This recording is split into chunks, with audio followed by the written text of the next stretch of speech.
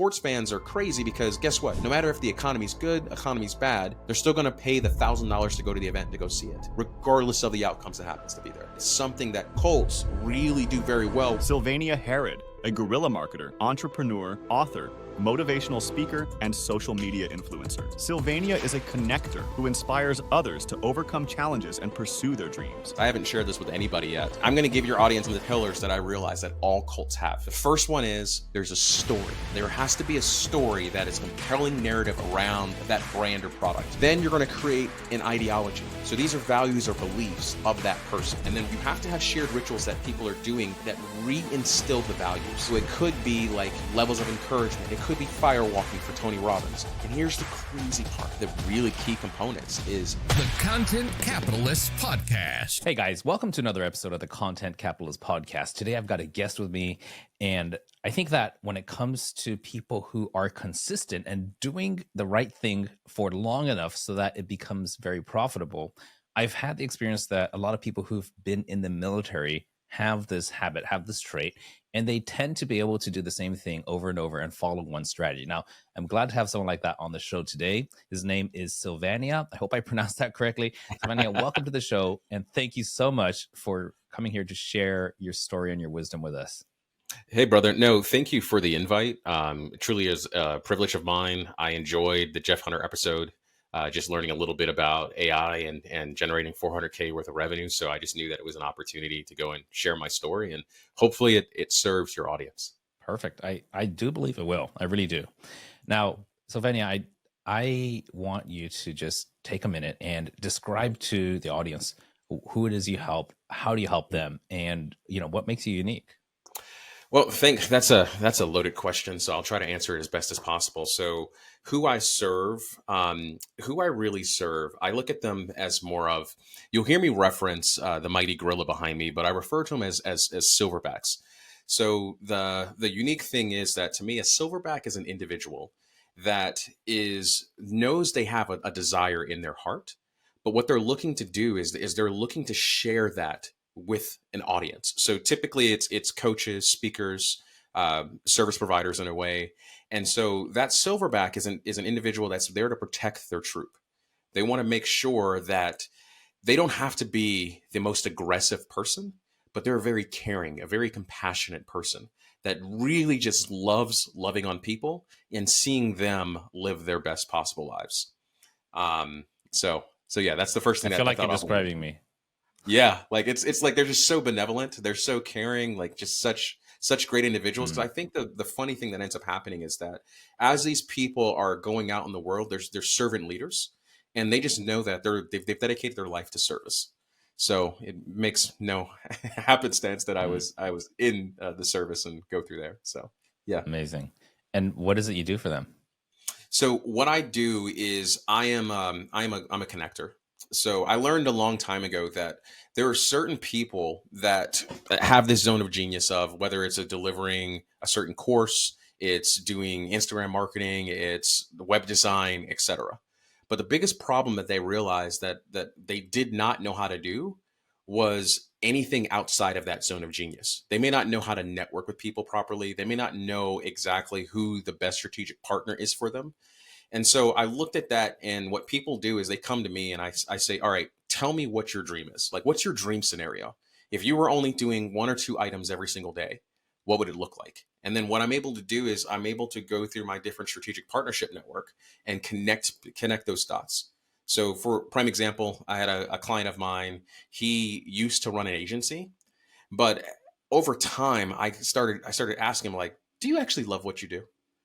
Because what I've realized is that, especially for those that become entrepreneurs, most of the time they're driven from a place of despair, not of a place of possibility. So that despair of like, maybe I'm frustrated at this job. Maybe I don't fit in at working at large corporations.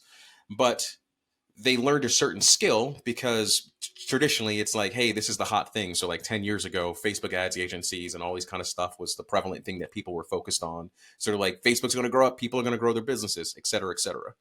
So they end up switching from working in a job that they didn't like to a job. They create a business based upon an opportunity, not based on the mission that they wanted to do in life.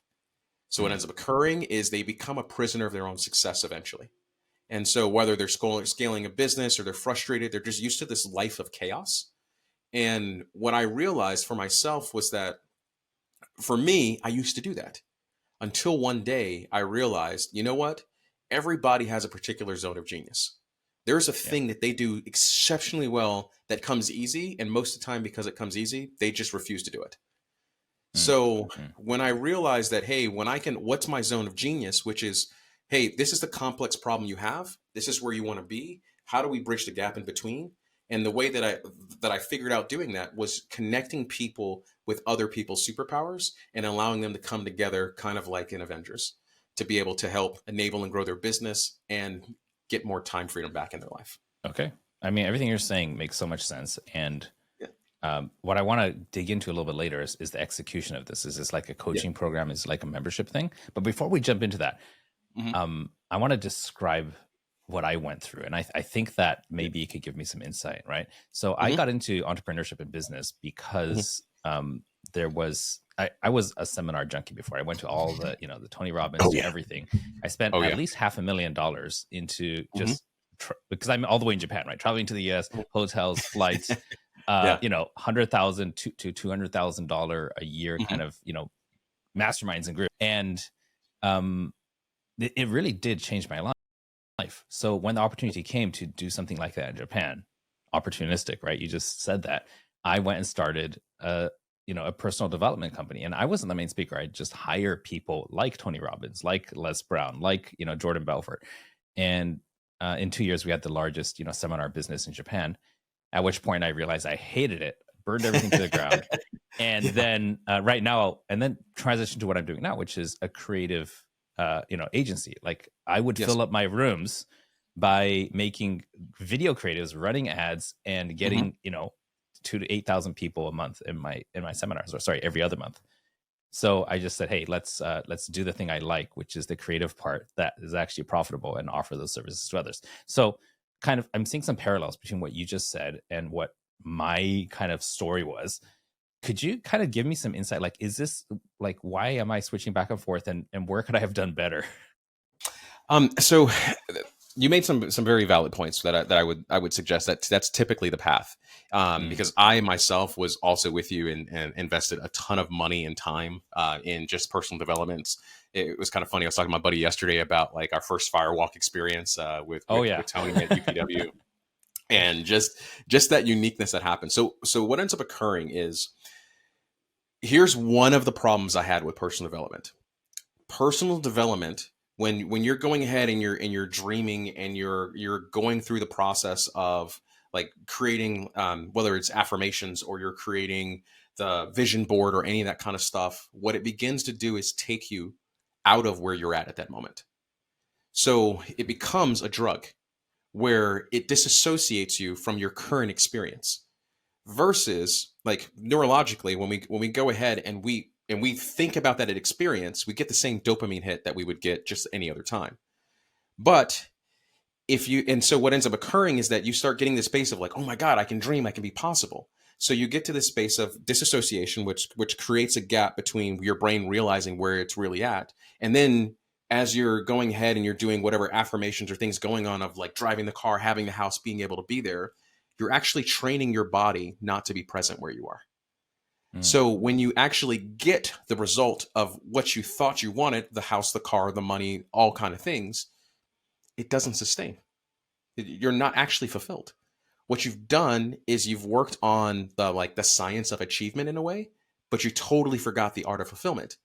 So if we look at the science of achievement, it's something simple. Like you can go ahead today and figure out like, oh, if I can just like your level of affluence is determined to your level of influence. So the reason why you were able to build that brand and build those things was because you just realized, if I can just get 8,000 people in a room, I'm good.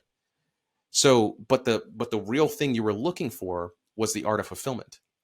And so we're not really taught that piece of that breadcrumb, because there's very few people who actually are fulfilled in what they're doing. Because the other thing is on the marketing element, like we believe when we don't come from anything and we don't have that type of teacher mentor in our life to go and say, what do you actually enjoy? Like, what are the things that light you up where you don't have to think about it? So if you think about like, I enjoyed the experience of being around those people, but I may not enjoy the logistics of managing human beings to get them in a room and doing event planning.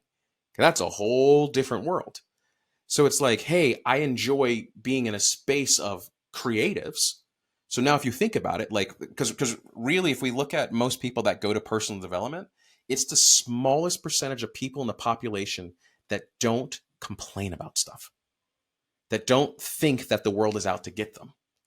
So Hmm. that space is intoxicating because everywhere else you go in life, people are upset or complain or frustrated or they're in this doom and gloom type state. So myself, I had a really bad case of Lyme disease. And when I went into these Facebook groups, oh my God, I had to go in there like I was a beekeeper about to get attacked by yellow jackets, because I would go in there and I would ask a question, and naturally people's stories kept popping up of how everything is miserable, how they can't accomplish anything. And that's the 99%. So what Hmm. was intoxicating about that experience was like being around this 1% of population. And what it did was it helped you start the concept of like, I like being around these people. And so the For questions I sure. would ask is that like, once we identify, not just in that element of life, but where, like wherever you go, there you are. So in all elements of life, you're going to have these different experiences. So one of the first things I would have identified is like, hey, when you experience what you experience when you go to those events, do you experience that anywhere else in life? And you start tracking for like 30 days. And then what you realize is that, oh, there's actually commonality. And I experienced this in other places. This was just an immersion of that type of experience. So that's the first thing I That's was a good thinking insight. of. And then now what happens? So normally the first business is like, hey, I was excited about this kind of thing because I had gone ahead and started a publishing company because I was like, I love books. I read so many books. I want to help people write books. And then I got through the process like, I hate that. Like, that's not my thing, man. Yeah, That's you not my just thing. sometimes you don't want to experience how the sausage is made, right? You Exactly. just want the hot dog with the That's it, mustard man. and the ketchup. Yeah, and you don't want to experience that. But like when we get to the space of like, oh, I can annotate and I can follow and I can track with that moment where I felt my heart expand, Mm. that's where you can find possibility of what people really, Wow. really And you want. coach people through like what you're just describing here? Yes. Yeah. Amazing. So yeah, so it's interesting. Like it, and so the thing that I found is that you hear me reference things as like micro versus macro. Micro is like your current situation. The problem with the current situation is that depending on what's going on in your world that week, things may be Yeah. completely stressful. If you're getting ready to do a launch and especially you did event planning. So it's like, hey, you're getting like within 24 hours or that week leading up, and you're trying to coordinate speakers, curriculum, make sure AV is working, ticketing, getting the volunteers, getting the staff, and doing all those little things. And then during that week, it's chaotic because you're like running and batteries running out and like, oh, well, we coordinate lunches. Did they get us the slides? Did they get us the most recent version? They updated the slides. Like, what are we looking to do? Mike's like, I did You know event what? planning for. Right now, what you're just describing, I swear that Mhm. just by you saying it, like my mind is running through having done all that, and my cortisol level just like Yes. spiked. It Yes. just now. I'm just like, Oh. fuck. Why am I feeling this? I'm just like, Oh dude, my. my Oh, cortisol is spiking again. yes. Uh, like, and here's the thing about event planning, which man, God forbid that I have friends who do it well and they love it and they're still in it and God bless them. At the same time, I've got people in my business who who work for me, who will work with me. They're my team, who are really great at those kind of things. They love compiling details and doing, detailed work for long periods of time. And as an entrepreneur, if I didn't have those people in my life, I'd be screwed. I wouldn't A get hundred, anywhere. 100,000%. Like that's why you identify their zone of genius. Hmm. Because for example, so I did event planning, but I realized I don't like being the event organizer.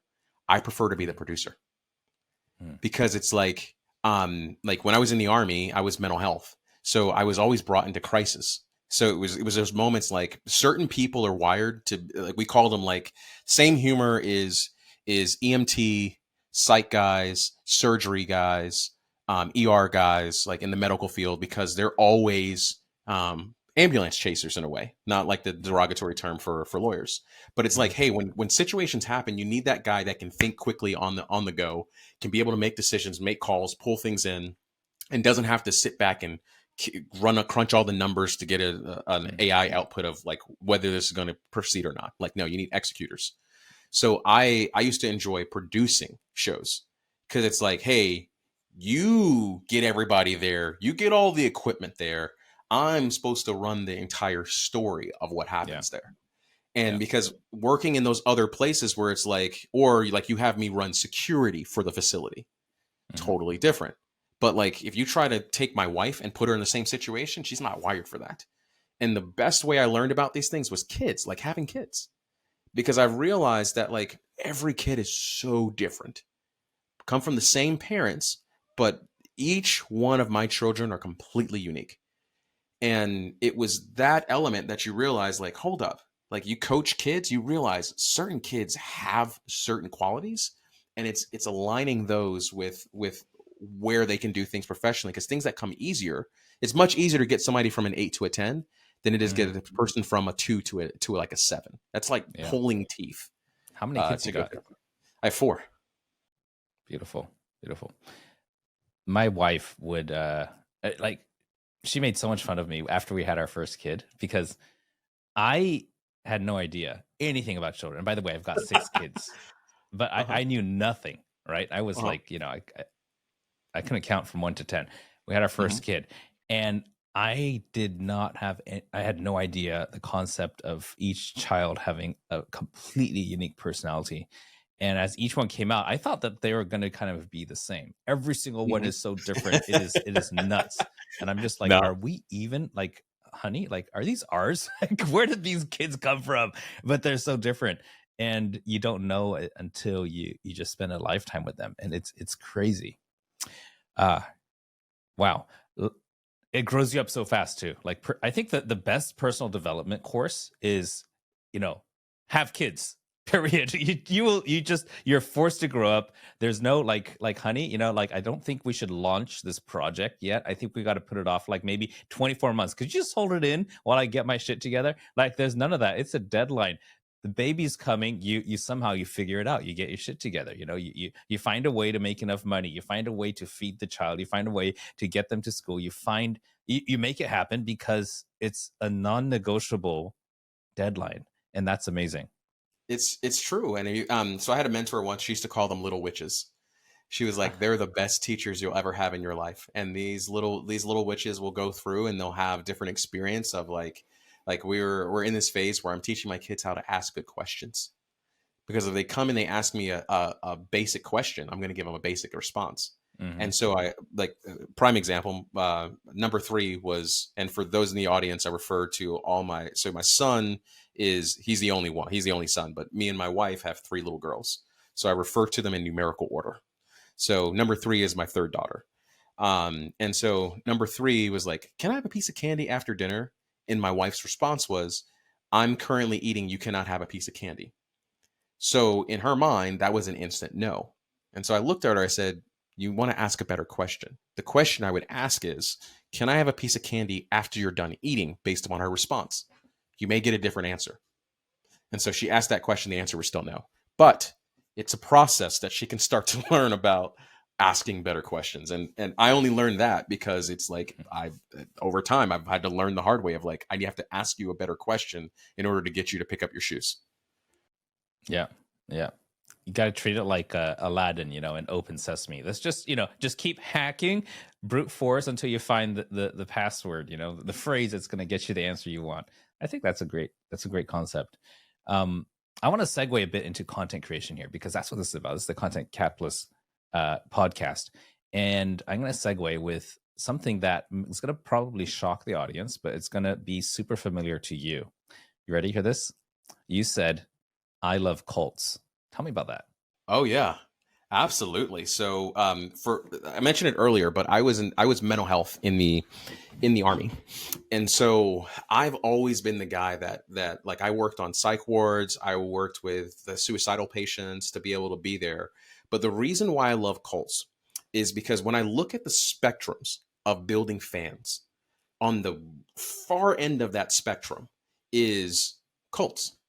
Because what they do is they get people to buy into a belief. It's the craziest thing. So they get people to buy into a belief that anybody else in the world will go like, that is dumb. Like, why would anybody want to believe that? And so they were able to get an audience to start really consuming their information and consuming the content they put out and consuming the beliefs they put into there. And so there's actually like and I've spent years of researching this, and I know this because I was in a cult. I didn't know about it until towards the end, but it was like I was in it. And so you think of like cults as like all these really weird alternative people to go through this process. And it wasn't until I had left this organization that I thought was in personal development that I really like I created these 7 core topics that people have that are for cults. Wow. Wow. I've never said this on any public platform before, but I was in a cult too.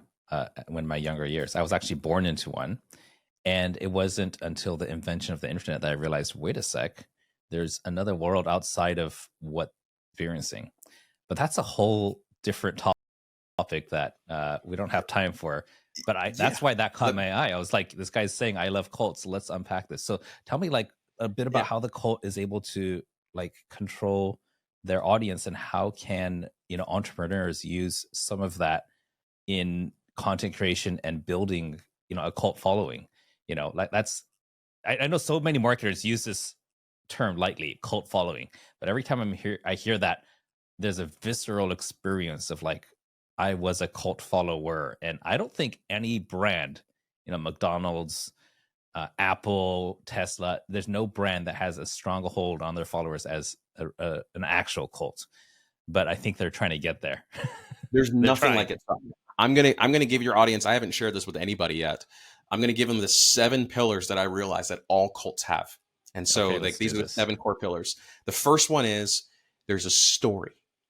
So there has to be a story that is compelling narrative around like that brand or product.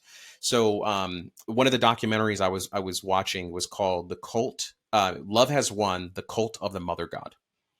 So this individual believed she was Mother God, and she got people to pick up, quit their jobs, empty out their 401ks, and be able to come there because she believed that there was going to be a great awakening for all the population on this earth. And one of the key ways that was able to identify that was because of the advent of social media.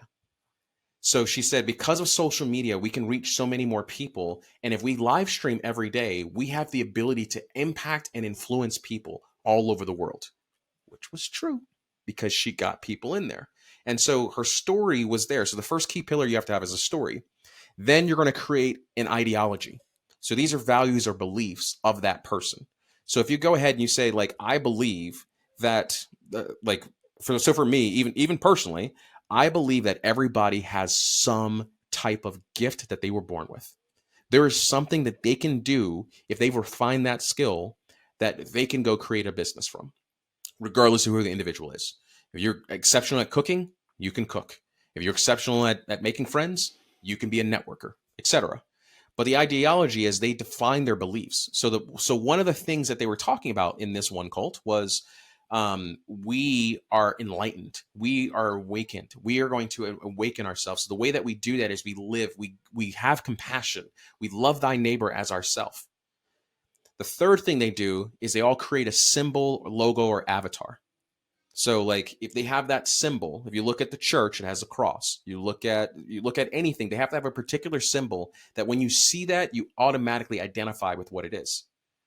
You have to have shared rituals. So it could be like levels of encouragement. It could be fire walking for Tony Robbins. You have to have shared rituals that people are doing that reinstill the values. The next thing you have to have, which is one of the really key components, is you have to have a shared enemy. So for that one cult, it was anybody who was in the third dimension. So the third dimension, because they were going to the fifth dimension, this third dimension was like where all the pain and the suffering of the world is. But once you're able to elevate your consciousness, which is only available through the teachings of Mother God, then you were able to elevate yourself and you were able to move to the fifth dimension. And then you have to have a common language, which is similar to the rituals. So you'll hear them use all the same terms. So once they understand the terms, they understand the values, they understand like the beliefs and the story of where you're going to, you have to have a vicarious leader. So this leader has to be the person that is on that journey to there, and they're a couple steps ahead of you, because you want to be like that person. That person can show compassion. And here's the crazy part. Even when they don't show it, you feel that humanizes them and you feel even closer to them. So like if you have those qualities, so if I'm building a business, I'm going to have a story of what I'm doing. I need to have like values that I believe in. I have to have a symbol or logo you can identify with, or an avatar. You say like, hey, this is what I'm doing. This is the optimal CEO per se. I have to then talk about my enemy in different content that I'm creating, where I'm talking about like, so if it's complacency, if it's trying to replicate and just be like another guru versus being yourself, I have to have language that I use where people know like, oh, that's a douchebag, douche canoe, whatever things go on. And as long as I'm showing up and I'm being present and I'm talking about these things consistently, then that allows people to know what it means to be a part of that organization and what it means to be there. And most of the time, what I find that people are missing, like they're missing the mark when it comes to that, they never really defined their values. They don't have a logo, and they don't have a word they can refer to their audience as. So like the sports team do this very well, because you can tell like your fans have gone to a certain extreme when they're willing to tattoo that emblem or that item on themselves. So like fans is short for the word fanatics. So like have somebody be fanatical about your product. Like sports fans are crazy because guess what? No matter if the economy's good, economy's bad, if that hot dog or beer is $11 or $12, they're still going to pay it regardless. They're still going to pay the $1,000 to go to the event to go see it, regardless of the outcomes that happens to be there. And I think it's something that cults really do very well, where people are willing to deny their family because their family ends up becoming the enemy that stops them from getting to that next level of consciousness, or that next level of affluence, or whatever it happens to be. That's great. So what's some practical ways that we can take the concept of the cult, these 7 things, and apply that to modern day business? Like you and me today, like I'm in a couple different industries. I run a digital media agency. We make a whole lot of video for people, like you actually. I have a manufacturing and engineering business where we create like video technology tools. And, I got my foot dipped in a couple things. And, I think a lot of people have like, let's talk about like something we have in common is we serve people in the professional industries, right? People who do professional services, who help each other in a, or help their clients in a very, high end type of, high touch way. How can they use this? Simple. So the first thing you want to do is that people don't want to identify with a business. They want to identify with a mission. So if I was going to look at an organization, I would look at and say, what is it? Kind of the question you asked me in the beginning, like, what is the mission that you're on? Like, who do you serve? What do you do for them? And so if I'm in, let's just say that manufacturing firm, for example, the thing that I would look at like, what is the company just a tool, or does it have a personality? So once I understand the personality of that, then you can create that persona for that specific business. And then your mission can be something like, I don't know what the product does, but the mission can be something that can be identified, that people know when they see the logo of that company, these people help optimize people in professional services. So you want that identity to be immediately associated with that company and that branding there. And so then you're gonna wrap a story of the purpose of that product is to deliver an end result. People want outputs. Like some people want a DIY, but a lot of people, just because time is moving so quickly, they want outputs. This is why consumer tools have exploded with the invention of like ChatGPT, because I don't really want to understand how to write an LLM. I don't want to set up the infrastructure to be able to do an LLM. What I want to do is I want to go in, type in a couple things, and get an output. That's all. So Yeah. that's it. So like if you can help that person. So I was helping a accountant, and so he had beautiful branding and marketing slides to be able to be there. And so as I was looking at his marketing slides, I kept seeing this little avatar that was moving across the screen to be able to do stuff. And so what I asked him, I said, "What's the name of that avatar?" And he's like, "What do you mean? It's just a thing that we have on there." I was like, "Name that person, because that person is the end result that your ideal customer wants. And if you can tell them, like, be like Joe, then they can look at it and be like, oh my goodness, now I know Joe in the beginning of the phase was really upset and frustrated. Joe at the end of the phase, just by humanizing it, be like, has this expression of like relaxation and freedom. Joe is going to be your avatar that you're going to utilize in that accounting firm, because the realization is you help entrepreneurs keep as much money as they can in-house through your tax strategies. That's how I would do it. Got it. Guys, if I think that if there's one thing I've heard that, I heard from you just now, but also from the top marketers, is identifying that one thing, like you just said. What's that key outcome? How do you put a personality, a mission, a characteristic, a unique characteristic to what you do? Otherwise, there's just too much competition out there. You're going to be it reminds me of Toy Story. They had that, the catcher machine, right? The claw machine. All the aliens, you're just gonna be one of them. No one's gonna notice you, and that's just how the world is.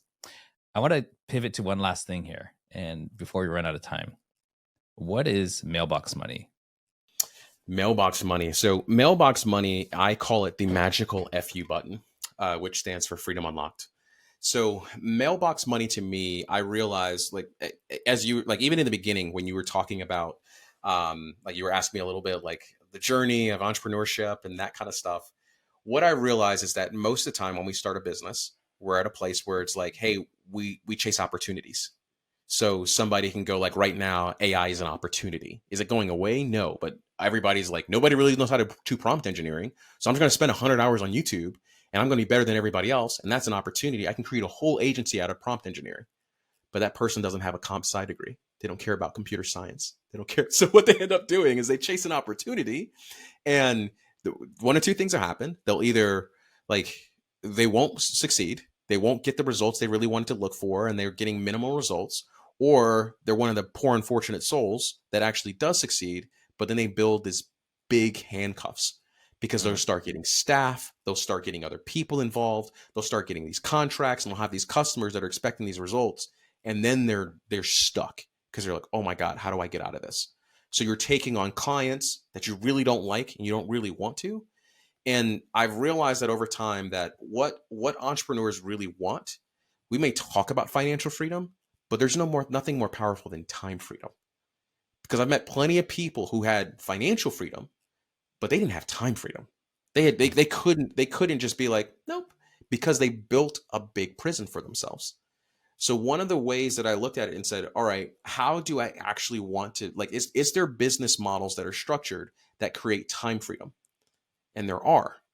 And so over the last 16 years, I had the privilege of working with over like 30,000 customers in the enterprise software space. And so I had this one customer that was amazing, because what they did is they came in and they were like, yeah, we're a group purchasing organization. And I'm like, I don't even know what that means, man. Like, tell me more about it. So this guy had a 10-person shop. They were doing like $75 million a year. Only thing they did was, he said, the first thing I did is I prioritized my time. I have small kids. I care about them. That's what I want to do. So they realized that in the US, most mom and pop pharmacies were going out of business because you had large companies like CVS, Walgreens, et cetera, that were coming in. And these small pharmacies could not compete with these large companies because they couldn't get their drug prices down. So then the consumer's just going to vote where their time and dollars are like, I like you. Thanks for being a nice pharmacist, but my medication is half the amount down the street. So he saw the opportunity because he really liked community. He was a community-based guy. So he said, all right, what if I'm able to grab all of these different individuals together, and I'm able to find all these small retail pharmacies and create an association that's able to go to the drug companies and negotiate on their behalf. And that's what he did. So he created that. He got the list. He got people together. And that's when I realized there's three key models that businesses need to be looking at. And we're watching as large companies are evaluating this too. And so that comes down to affiliate marketing is the base of the pyramid. So I look at it as based upon skill set. So on the base of the pyramid is affiliate marketing, which is if you have a community and you have an audience of people, you can make recommendations to people at standard pricing. So like even today, I can go ahead and I can look and be like, all right, well, I serve coaches, right? So if I go to these coaches and be like, well, guess what? Guess what all coaches need? Well, let me look at all the stuff I'm already using. Like they need to be able to show up and perform on stage. So they're going to need to make sure their supplementation game is right. They're going to need a microphone. They're going to need a camera. They're going to need a service. So if I can go to these companies and just get standard pricing, that's the base of the mailbox money that comes in, because mailbox money is monthly recurring passive income that's not relying on your time. In the beginning, it'll be active, but eventually it hits a tipping point where it becomes more passive. And sometimes you have active moments, but it's there. So then I looked at the next phase that goes there and it was like, all right, well, strategic partnerships is a key critical moment, because if I'm able to negotiate non-standard pricing that everybody else doesn't have, then I can play with margins. I can create things a little bit different. Let me look at some services that people are using, because these are things they're going to pay for monthly. So you can go to the accounting firm and negotiate and say, hey, look, I got an audience of 3,000 coaches. How can I be able to help? And they go, yeah, we can be able to do this. We'll create a volume deal to be able to do it. And then the top tier, which I call tier 3, is equity partnerships. You're doing so much business for that accounting firm per se that they're like, hey, we want to bring you on as a partner and we want to give you a piece of what you're doing. So all three of those created this pyramid of how I actually built and structured my business, because I looked at it and said, I can work as much as I want or as little as I want, because people are going to consistently use the services every month. People are going to need the software every single month. So these places are sending me checks consistently. And then for certain companies that I really like and appreciate, I can create equity. I'm getting paid monthly just for part of like what's happening with the revenues. And then I'm helped growing that company so that when it comes time to exit, I now have a better opportunity. So Perfect. all of that creates the mailbox money system, because I looked at it and said, that is the only way you can truly unlock the level of freedom that you actually want, as well as like working in the areas that were my zone of genius. Yeah. And I would add one thing to that, is that in order for mailbox money to run really well and to get that flywheel spinning up and generating a lot of cash, you need an audience. And to create an audience, you need to be interesting. You got it. Well, there's the cult following, right? And, the medium that the cult, uses to connect with the audience is content in the end. And that's that lubricant that just makes everything run better, run smoother, and, generate more cash. So I think that everything you're saying, I love it. It's spot on. And I think that when I was researching you before this, right? The thing that caught my eye was that one video. I love cults. And what I loved about it is how it's a contrarian view. It's a great hook. But then you actually backed it up with, well, now I know there was some personal experience, but you're talking about some strategies that you use that are similar to what cults do. So I think people being willing to talk about things that seem taboo is a great quality that you have, and that attracted me to you in the first place. And like it's true. And I think the beautiful thing is, the more human we are, the easier it is. I think that's going to be a key differentiation when you're making content, is that the thing that I dislike is when I see somebody online and then I engage with them and they're the exact opposite. We don't want performers. We want you to be you. Like, talk about the weird things, talk about the taboo things, talk about the things that you're experiencing in life. Even Kevin Hart himself said it. His career fundamentally changed when he went from a performer to somebody who's just describing how he's living life. And so he used to be known as like Kev the Bastard. And then when he changed to Kevin Hart and he started sharing like his actual stories and his actual challenges and his actual things going on, his career transformed, because people got to know him. They got to like him. They got to trust him. Because what we don't really want is if we can't believe that we actually would want to hang out with you, I think that's what makes content so enthusing, is that especially like my content's off the wall, because if you meet me, I'm off the wall, like traditionally. Like, those are the people I want to hang out with. Those are the people I want to have conversations with. Those are the people that, like, if we get on calls, we may have to put in blockers because we may talk a little bit longer and we may not actually talk about business until the last 10 minutes because we're laughing and we're enjoying and we're just enjoying each other's company so much. So I love that. See. Hey, I've got to wrap this up soon, but before I do, I'd love for you to share with us, if somebody is interested in getting in touch with you, finding out more about what you do, and potentially if you could help them, where's the best place for them to go? Instagram. So I would go to Instagram. It's at my first name, Sylvania, like Pennsylvania without the pen, and last name Harrod. Like it's like Harrods of London, but it's pronounced Harrod. So you can find me there. That's one of the easiest places to be able to get a hold of me. Slide into the DMs. I do respond. That is not managed by a VA. That is me, because I wanted to create a very personal element. Okay. Well, we'll put the links down below. If you're watching on if you're watching on YouTube, check out the description. If you're on Spotify, go to the show notes and you'll find all the links to Sylvania. Sylvania, thank you so much for being on the show. I appreciate it. I feel like we connected on a couple different levels, but most of all, I believe that you brought your A game to this conversation. I think my audience is going to love it. So, and for everybody else who's listening, thanks for checking out the episode, and I'll see you again next week. No hustle, worship here, we're a different breed. Action is what we got if action is what you need. Content capitalists, we're breaking the mold, cause the old ways fading, new stories to be told. So content capitalists, get to the prize. This is the Content Capitalist Podcast, and my name is Ken Okazaki. There are as many ways to make money with content as there are people doing it. So listen in as my clients, past, present, and future, unpack how they crack the code to making $1 million a year or more while capitalizing on their content. Let's get started.